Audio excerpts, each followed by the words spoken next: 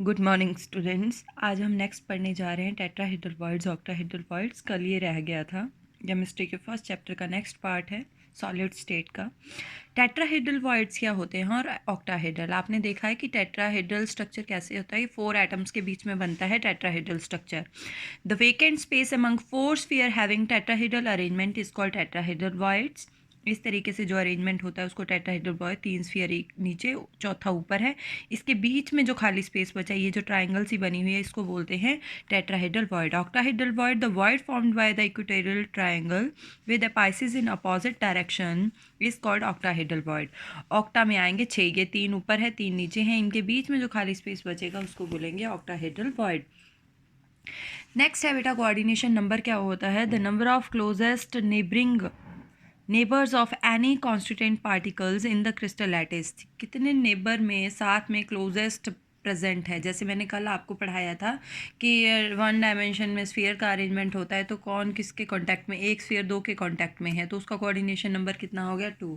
तो अगर हम 2 डायमेंशन में स्क्वायर क्लोज पैकिंग करते हैं तो उसमें एक स्फीयर 4 के कांटेक्ट में आता है तो उसमें उसका कोऑर्डिनेशन नंबर कितना है 4। और इसी तरीके से 2 डायमेंशन में अगर हम हेक्सागोनल क्लोज पैकिंग करते हैं तो उसमें उसका कोऑर्डिनेशन नंबर कितना होता है 6, क्योंकि एक स्फीयर 6 के कांटेक्ट में आता है।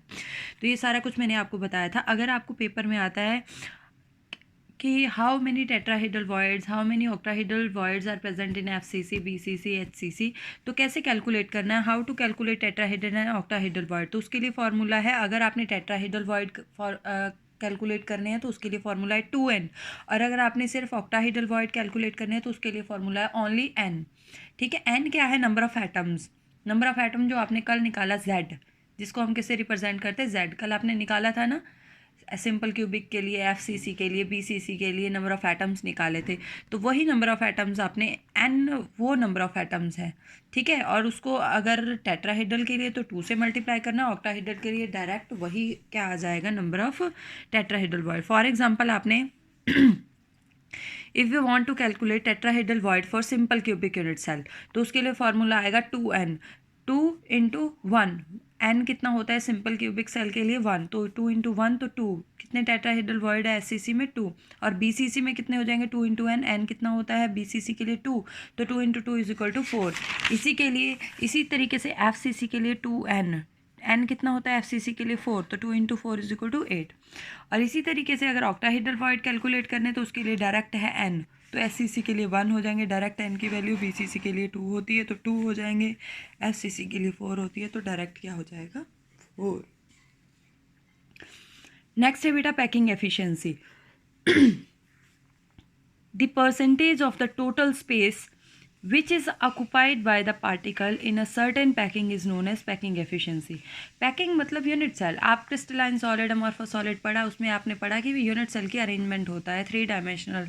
ठीक है, 3 डायमेंशनल अरेंजमेंट हो रहा है किसका? पॉइंट्स का अरेंजमेंट हो रहा है किसमें? एक यूनिट सेल के थ्रू। Is it clear? तो the percentage of total space which is occupied by particle, कोई पार्टिकल कितना स्पेस ऑक्यूपाई करता है किसी पैकिंग में, उसको क्या बोलते हैं? उसकी packing efficiency. Similarly the packing fraction of the total space occupied is also called packing fraction. Next है पैकिंग एफिशिएंसी। कैसे निकालते packing efficiency? Volume of sphere divided by volume of cube into 100।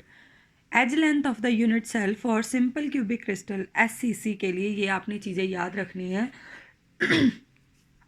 SCC के लिए जो as length होती है वो कितनी होती है 2r, ये आपने याद रखना है। Is that clear? और एफसीसी के लिए जो एज लेंथ होती है वो कितनी होती है √8r, और एज लेंथ जो बीसी के लिए होती है, बॉडी सेंटर्ड यूनिट सेल के लिए होती है, वो कितनी है होती है 4/√3r।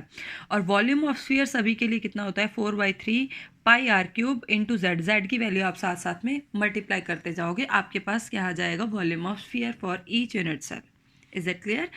तो पहले है calculate the packing efficiency for SCC unit cell. Simple cubic cell के लिए आपने पैकिंग एफिशिएंसी फाइंड आउट करनी है। तो एज लेंथ यूनिट सेल के लिए ए, एज लेंथ क्या होती है? एक यूनिट सेल किस तरीके से बनता है,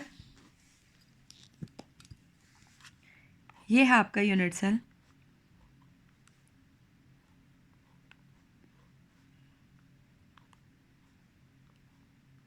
इस तरीके से। तो ये क्या है एज लेंथ, यहाँ पे पॉइंट्स का अरेंजमेंट है।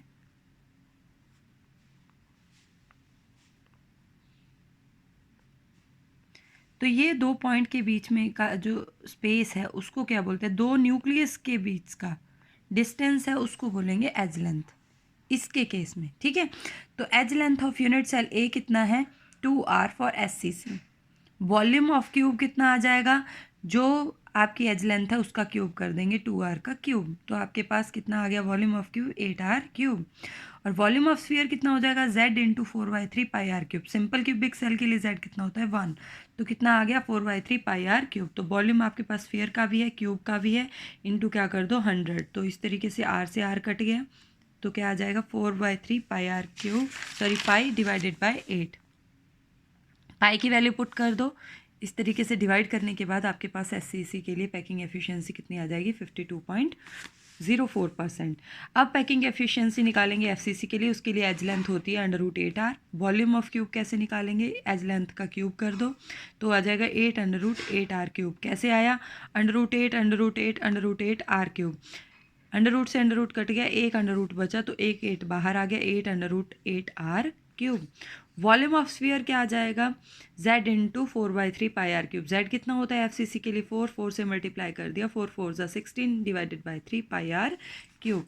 तो packing efficiency volume of sphere divided by volume of cube into 100। Volume sphere आपको पता है, वॉल्यूम ऑफ क्यूब आपको पता है, इंटू 100 कर दिया। ये आपने निकाला है दोनों जगह, वॉल्यूम ऑफ स्फीयर निकाला है आपने, वॉल्यूम ऑफ क्यूब निकाला है, दोनों यहाँ पे ऐड कर दिए, डिवाइड कर दिया, और आपके पास कितना आ गया 74% packing efficiency. Is that clear. Next है packing efficiency for BCC unit cell. Edge length BCC के लिए कितनी होती है 4/√3r। हमने वॉल्यूम ऑफ क्यूब कैसे निकालना है, एज लेंथ का क्यूब कर देंगे, तो आप इसका क्यूब कर दिया तो क्या आ जाएगा आपके पास 64/3 √3r क्यूब। √3 को अगर 3 बार मल्टीप्लाई करेंगे तो रूट से रूट कट के एक 3 आ जाता है, ठीक है। तो √3 volume of sphere z into 4/3 pi are cube, 2 into 4/3 pi are cube आ गया। तो volume of sphere divided by volume of cube, volume sphere का 8/3 पाई आर क्यूब है और वॉल्यूम स्फीयर का इतना है, r से r कट गया, पाई की वैल्यू पुट कर दो, नीचे वाली वैल्यूज़ ऊपर चली जाएंगी, तो इस तरीके से कट के पूरा कितना आ रहा है 68%। तो FCC BCC और SCC के लिए आज आपके पास पैकिंग एफिशिएंसी आपको क्लियर होगी। नेक्स्ट मैं आपको बता देती हूँ calculation involving unit cell dimension. Density अगर आपने यूनिट सेल की कैलकुलेट करनी है तो किस तरीके से करते हैं, mass of unit cell divided by volume of unit cell. ये फॉर्मूले हैं, ये आपको याद रखने हैं। नेक्स्ट है मास ऑफ यूनिट सेल कैसे कैलकुलेट करते हैं, number of atom in unit cell multiply by mass of each atom, ठीक है, ये थर्ड। नेक्स्ट है mass of an atom present in a unit cell कैसे कैलकुलेट करते हैं, atomic mass into z divided by Avogadro's number. Na is equal to Avogadro's number, Na को हम Avogadro's number भी बोलते हैं, ठीक है। तो डेंसिटी कैलकुलेट करने का फॉर्मूला क्या है, z into M divided by A cube into N naught gram centimetre cube inverse.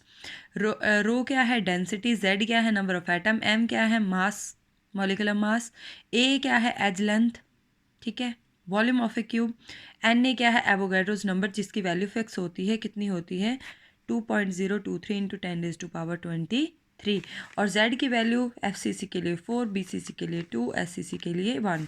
FCC को मैंने बताया, FCC को हम SCC भी सॉरी HCP भी बोलते हैं, CCP भी बोलते हैं, HCP और CCP। HCP CCP या FCC आपको आता है तो उसके लिए नंबर कितना होता है 4, BCC के लिए 2, SCC के लिए 1। A क्या है edge length of a unit cell, Na क्या है एवोगैड्रोज नंबर, M क्या है मास ऑफ एलिमेंट और फार्मूला मास, ठीक है। और मास ऑफ यूनिट सेल आप z into M by N naught करके भी कर सकते हो। तो आज के लिए इतना है, नेक्स्ट हम न्यूमेरिकल कल करेंगे।